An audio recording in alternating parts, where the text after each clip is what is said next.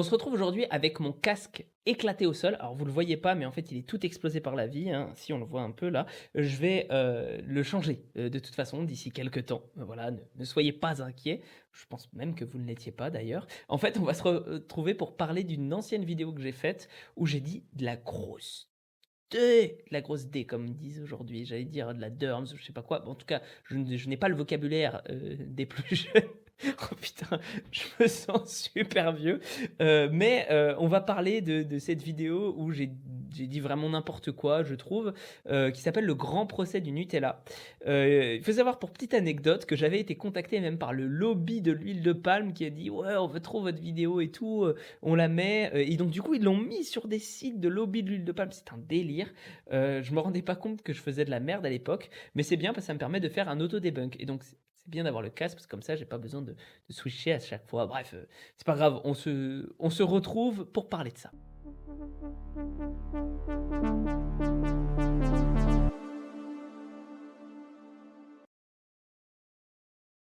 J'ai posté une vidéo il y a un petit moment où je disais qu'il m'arrivait de consommer de temps en temps du Nutella. Oula, bien mal m'en a pris, hein. À Skip, je suis à la fois un mec qui sait pas s'alimenter, mais en plus un assassin de la forêt équatoriale. Oui, je l'étais. Eh bien voyons aujourd'hui si on ne peut pas nuancer un peu le propos. Procédons comme un procès, au moins pour le début de la vidéo. Recréons ce tribunal public qui se forme quand tu oses dire dans la communauté du fitness que tu manges du Nutella. Et bon, en vrai, je sais pas du tout comment se déroule un procès, j'ai pas fait de droit, mais disons qu'il va y avoir l'accusation et puis des réponses à cette accusation. Oh là là, c'était l'époque où je faisais mes petits trucs là, mes petites animations à chaque fois et tout. Je me trouvais trop stylé à faire ça. Et j'ai encore un peu de fierté hein, quand même vis-à-vis des petits trucs que je faisais, du soin que je prenais. Maintenant, oh, ceci dit, maintenant je fais mes petites animations aussi. Pour mon podcast, là, c'est moi qui ai tout fait là. Si vous voyez la petite animation qui vous casse les noix en bas à gauche, bah c'est là. Bref, allez, on continue. Le Nutella est riche en sucre et le sucre. Oh purée, en revanche, ma barbe, heureusement que Violette me l'a fait couper, hein. La barbe, est-ce qu'on en parle de la barbe? Beaucoup trop de barbe, beaucoup trop de barbe. En plus, j'avais un costume pourri. C'est mauvais pour la santé. Ah non, c'est cringe, c'est cringe. Oui, je peux pas mettre des boutons, voilà, petite fun fact sur moi-même, je peux pas mettre si je n'ai pas de chemise ajustée, vraiment pour ma morphologie, en fait, j'ai un cou qui est trop gros, hein, voilà. Comme je l'ai déjà dit dans ma vidéo sur le jus d'orange, que j'espère tu as consulté car elle est riche d'explications. Oh, c'était aussi catastrophique cette vidéo sur le jus d'orange. Il faudrait peut-être que je refasse la review à un moment. En fait, à un moment, le spoiler de cette vidéo-là, c'est qu'à un moment, j'ai cru à Ray Pitt et à son régime pro-métabolique. C'est nul, c'est anti-scientifique au possible. Mais à l'époque, j'avais une excuse. C'est-à-dire que j'y croyais, mais je restais quand même critique et j'attendais qu'on vienne débunker. Ça ne s'est pas fait avant que Vassilis Iliopoulos, qui est un ami, en fait, retourne sa veste et dise non, mais en fait, c'est n'importe quoi parce qu'il a fait son master en nutrition. Bref, continuons. Tout dépend principalement du contexte. Du sucre autour de ton entraînement, un peu avant, un peu après, pendant, ça n'est pas du tout un problème. Bon, là-dessus, je suis quand même d'accord. Le sucre autour de l'entraînement a moins un impact que ce qu'on pouvait penser avant. C'est-à-dire que moi, je pense vraiment que consommer du sucre comme un carburant pour ton entraînement, c'est pas très mauvais pour ta santé. Car c'est ce qui va te donner de l'énergie et t'aider à refaire tes stocks de glycogène, qui je le rappelle aident beaucoup aux performances et à ta santé en général. Bon, dans le cadre du Nutella, tu t'en tapes rarement pendant ta séance, en revanche avant ou après, ça peut être le cas. Et Le degré de mauvaise foi pour dire non, mais le Nutella, tu peux en manger, hein. Juste, il faut que ce soit autour de ta séance. Waouh, ouais, c'est chaud, les gens mangent pas de Nutella autour de leur séance. Il faut arrêter, faut arrêter. évidemment, hormis les jours où on ne s'entraîne pas, on en prend toujours avant ou après l'entraînement. Ce que je veux dire, c'est juste que c'est suffisamment rapproché de la séance. Ah, et d'ailleurs, pour tous les fervents prêcheurs de l'index glycémique bas, il faut savoir que le Nutella en a un de 33, de par sa forte teneur en graisse. Ouais, c'est vrai. C'est vrai, le Nutella a un indice glycémique bas. Voilà, vous le saurez. Ne parlons pas non plus de la charge glycémique car on n'est pas censé en consommer des quantités énormes. Tu noteras d'ailleurs que tout réside Bon, sauf moi.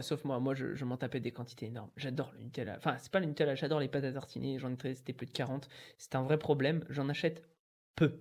Parce que sinon, je les déglingue. dans le sensé, mais on en reparle un peu plus tard. Oui, et bien venons-en au deuxième chef d'accusation. L'huile de palme qui est contenue dans le Nutella est à la fois mauvaise pour la santé, mais aussi pour la planète, car contenant des graisses saturées et étant cultivée sur des zones tropicales. Sur le sujet, Waouh, c'est là où vraiment j'ai un vrai problème.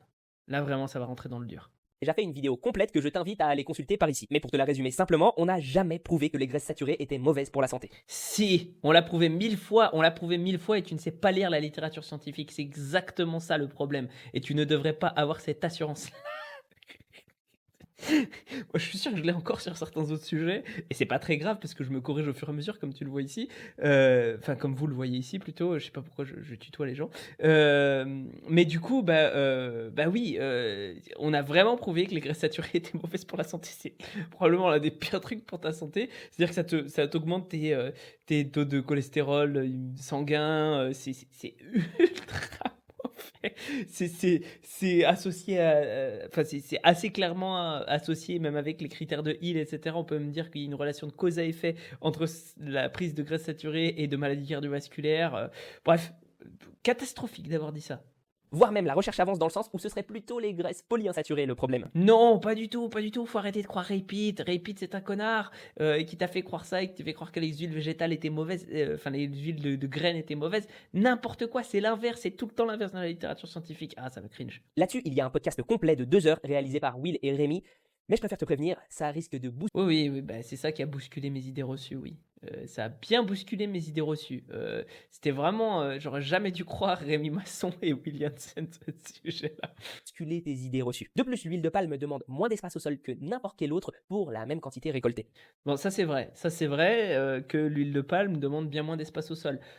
Du coup, on pourrait se dire, bah ça va, on défonce la forêt équatoriale, bon, on la défonce qu'un peu. Mais non, en fait, parce que l'argument inverse, l'argument en fait, c'est surtout que l'huile de palme ne peut pas pousser à tous les endroits. C'est-à-dire que si tu as d'immenses champs où tu peux cultiver de l'huile en France, enfin des fleurs qui font de l'huile, enfin des trucs en tout cas qui font de l'huile, bah c'est pas grave parce qu'en fait c'est des champs où il y a déjà pas de biodiversité énorme, donc tu peux faire ça. En tout cas c'est moins grave que d'aller péter des arbres dans la forêt équatoriale où tu as un habitat avec des trucs qui sont des espèces endémiques et tout que tu nulle part ailleurs, et tu viens et tu dis non, je plante de l'huile de palme, mais attendez, on a un super bon rendement avec ça. Catastrophique. Donc moins de déforestation, et elle demande en plus de cela moins de pesticides, donc plus saine pour la santé. Moins de déforestation de quoi? Tu es pas obligé de déforester pour planter des trucs qui font de l'huile.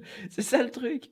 C'est vrai qu'elle ne pousse qu'en zone tropicale, et ça c'est un vrai souci, puisque ça veut dire que forcément il faut couper des hectares d'une forêt riche en biodiversité. Mais il semblerait que chez Nutella, en tout cas d'après ce qu'ils disent, donc je peux pas en être sûr, mais je suis pas journaliste d'investigation non plus, donc je me fie à ce qu'ils disent, eh bien ils sont particulièrement attentifs aux conditions de culture. En effet, c'est une huile de palme durable, cultivée sur des terres non déforestées, surveillée par satellite.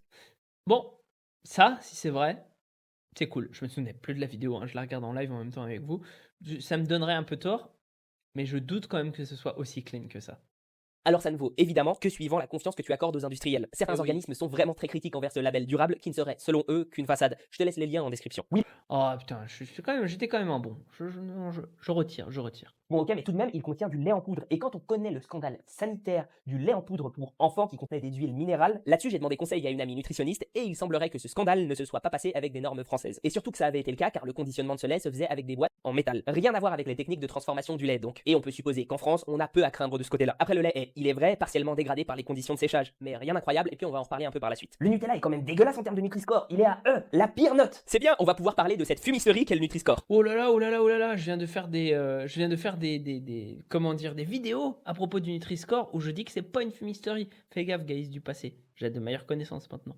D'ailleurs, je pourrais y consacrer une vidéo complète si tu veux. Oh, non, n'y consacre pas une vidéo complète. Moi, je viens de le faire et je viens de te dire que le Nutri-Score c'était bien. Ou alors, ça fera partie de la vidéo que j'ai prévu de faire sur la lecture des étiquettes. En gros, il est calculé suivant 2 échelles. Ce qu'il y a d'un côté à prioriser pour une alimentation saine et de l'autre à éviter. Tu gagnes des points si ton aliment est riche en protéines, fibres, fruits et légumes. Et à l'inverse, tu en perds si jamais c'est riche en calories, en acides gras saturés, en sucre et en sel. Déjà, d'après ce que j'ai dit depuis le début de la vidéo, D'après ce que t'as dit de faux depuis le début de la vidéo, tu devrais comprendre assez rapidement que c'est plus ou moins de la merde. Et vous, Paul? j'aime bien cet extrait. Mais honnêtement, non. Bah non, justement. Voilà. Allez voir mes vidéos récentes sur le Nutri-Score. Vous avez eu le coup de la merde. Les acides gras saturés ne sont pas un problème, le sucre Si. non plus. Et plus Si. on avance, plus on se rend compte que le sel ne serait pas un souci en lui-même pour la majorité de la population. Oui, moyen plus, voilà. Évidemment, sauf les personnes qui y sont sensibles. D'ailleurs, chez certains, c'est le manque de sel qui provoquerait de l'hypertension. Oui, ça c'est vrai. Et quant aux calories, écoute, ouais, c'en est plein. Mais quand tu pèses tes aliments, le problème s'annule de lui-même, tu en prends juste de moins grandes quantités. Pour les fibres d'ailleurs qui sont censées être bonnes. Et là, j'étais en mode, mais quand tu pèses tes aliments, ça va? Mais qui pèse ses aliments, bougre d'âne? Qui pèse ses aliments à part 3 go muscu sur Terre? Le débat fait rage en ce moment, car comme elle retarde le transit tout en nourrissant des bactéries intestinales, elle pourrait abîmer les parois de ce dernier, et donc de permettre à ces mêmes bactéries de produire plus de toxines qui seront plus à même de passer dans le sang. Ben oui, les parois sont lésées. Mais enfin, le Nutella est tout de même un produit ultra transformé. Attends, là je viens de dire que les fibres sont mauvaises pour la santé? Je m'étais pas compris moi-même. Waouh, non, c'est un des trucs qui améliore le plus la santé. Il n'y a pas genre, on n'a pas vu de seuil maximum à l'amélioration pour la santé. Waouh, c'est chaud, c'est chaud. Selon la classification Nova, et on sait que tous les produits ultra transformés sont nocifs pour la santé. Eh bien, je ne sais pas vraiment comment la classification Nova a pu statuer avec précision sur le Nutella, car c'est un peu comme le Coca, la recette, les méthodes de fabrication sont gardées bien précieusement et ça se comprend par les créateurs. En revanche, oui, on a quand même de sérieuses raisons de supposer que c'est un produit ultra transformé. Seulement, j'ai l'impression que c'est un peu la foire dans cette classification et qu'elle gagnerait à être précisée. Parce qu'un produit que tu peux refaire dans ta cuisine, chez toi, ne peut pas être ultra transformé. Il faut, à ma connaissance, qu'il y ait des méthodes industrielles employées pour que ce qualificatif soit appliqué. Alors que sérieux, la seule chose qui me ferait me dire C'est marrant parce que j'ai parlé aussi des produits ultra transformés. Allez voir la vidéo récemment, en fait. ah ça, je peux pas vraiment le faire chez moi, c'est l'adjonction de lécithine de soja. On est loin des 40 E300 machins que tu peux retrouver habituellement sur ce type de produit. Bon, mais alors le Nutella, c'est parfait? J'ai pas dit ça non plus, et voici à mon sens ce qu'on peut reprocher au Nutella. Déjà, je t'ai parlé des huiles polyinsaturées, et devine ce qui en contient et qui fait Non, mais c'est le seul truc qui est bon dans le Nutella. Je te dis que c'est un point. C'est un point faible. J'ai vraiment été matrixé. partie des plus gros avantages marketing, au point que c'est marqué en majuscule et en gras sur l'étiquette. Et oui, les noisettes. Waouh, ça contient des noisettes, c'est mauvais pour la santé. Spoiler, non. Mais il n'y a pas que ça, de façon générale, les noix et oléagineux sont extrêmement surcotés. Les oléagineux surcotés. Bourrés d'antinutriments et peu digestes, ils ont tendance à ralentir le métabolisme. C'est pas pour rien que les écureuils les mangent en masse avant d'hiberner. N'importe quoi, c'est très très bon pour la santé, les oléagineux. Mangez-en. A noter néanmoins que les noisettes sont torréfiées, ce qui veut dire qu'elles ont subi une cuisson, mais c'est pas forcément top non plus parce que oui, ça enlève des antinutriments et des substances néfastes, mais Les antinutriments, ne sont pas des substances néfastes. C'est la plupart du temps, en fait, on a tendance à conseiller même d'en prendre parce que ça peut être bon pour la santé, dépendant des quantités et de comment est-ce qu'on le fait. Mais enfin bon, bref. ça peut dégrader les acides polyinsaturés à l'intérieur qui deviennent encore plus nocifs pour nous. Ensuite, je viens de t'en parler, mais la lécithine de soja, même si elle est assez commune, notamment dans la whey que tu prends, sauf si tu achètes chez Greenway. Greenway, c'est vraiment la meilleure marque de protéines, Ça n'a pas changé. Code promo en bio. car elle augmente la miscibilité, ben c'est pas un top produit. Le Big Mac pour moi c'est un top produit, le cheeseburger c'est un top produit, les potatoes de luxe c'est un top produit, les nuggets c'est un top produit à condition d'en prendre 8 ou 9 et pas plus. Elle est dérivée du Jean-Michel Cohen et ses top produits. Ça me tabasse. soja peut présenter certains risques de santé, dont notamment l'hypotension, même si bon, on va pas se mentir, les doses sont minimes dans un pot de Nutella. Et de façon générale, j'ai tendance à me méfier de tout ce qui vient du soja pour plein de raisons. En particulier ces conditions de culture qui Le soja, c'est très bien. favorisent grandement l'utilisation de pesticides et le fait qu'ils soient bourrés d'antinutriments. Mais ce qui est Waouh, trop ouf. Les antinutriments du soja, waouh. Sachant que dans tous les produits que tu vas consommer, il n'y en aura plus ou quasiment, mais trop ouf. vraiment, selon moi, le plus gros point noir du Nutella, c'est son goût. Et oui, qui ne s'est jamais tapé le pot au moins une fois dans sa vie, ou qui n'a pas pris de grosses cuillères le lendemain d'une soirée bien arrosée je avec suis des potes. d'accord. Perso, je sais que j'ai même tenté de le boire à la paille en été. Un échec lamentable que je déconseille fortement à tous.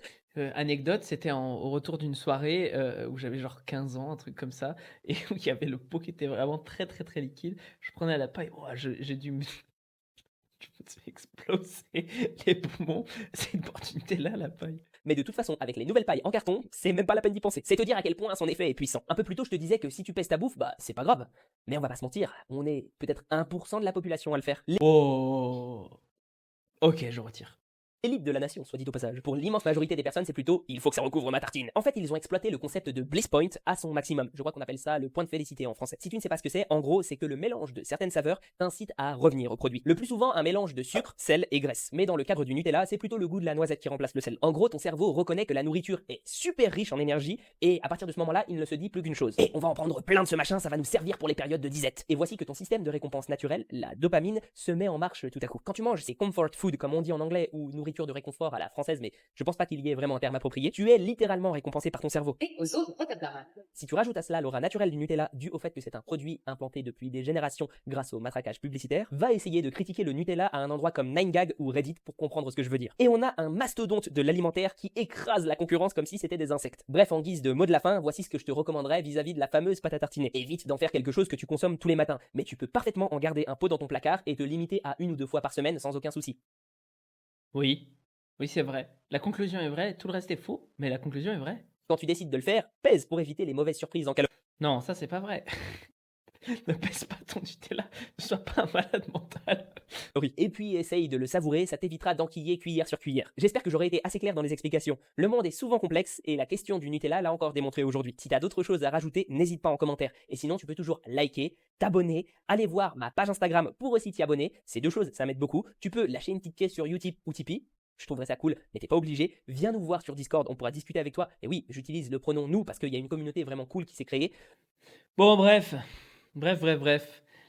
J'étais un gros con, voilà. Je parlais avec beaucoup trop d'assurance. J'essaye de limiter ça de nos jours. C'est pas forcément facile.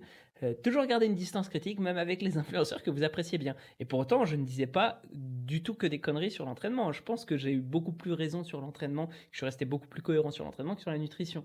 Heureusement que je n'ai jamais proposé de suivi nutritionnel aux gens. Parce que je me disais dans ma tête, non, je me connais, j'ai quand même pas assez de connaissances pour proposer ça. Ouh, mais Dieu merci.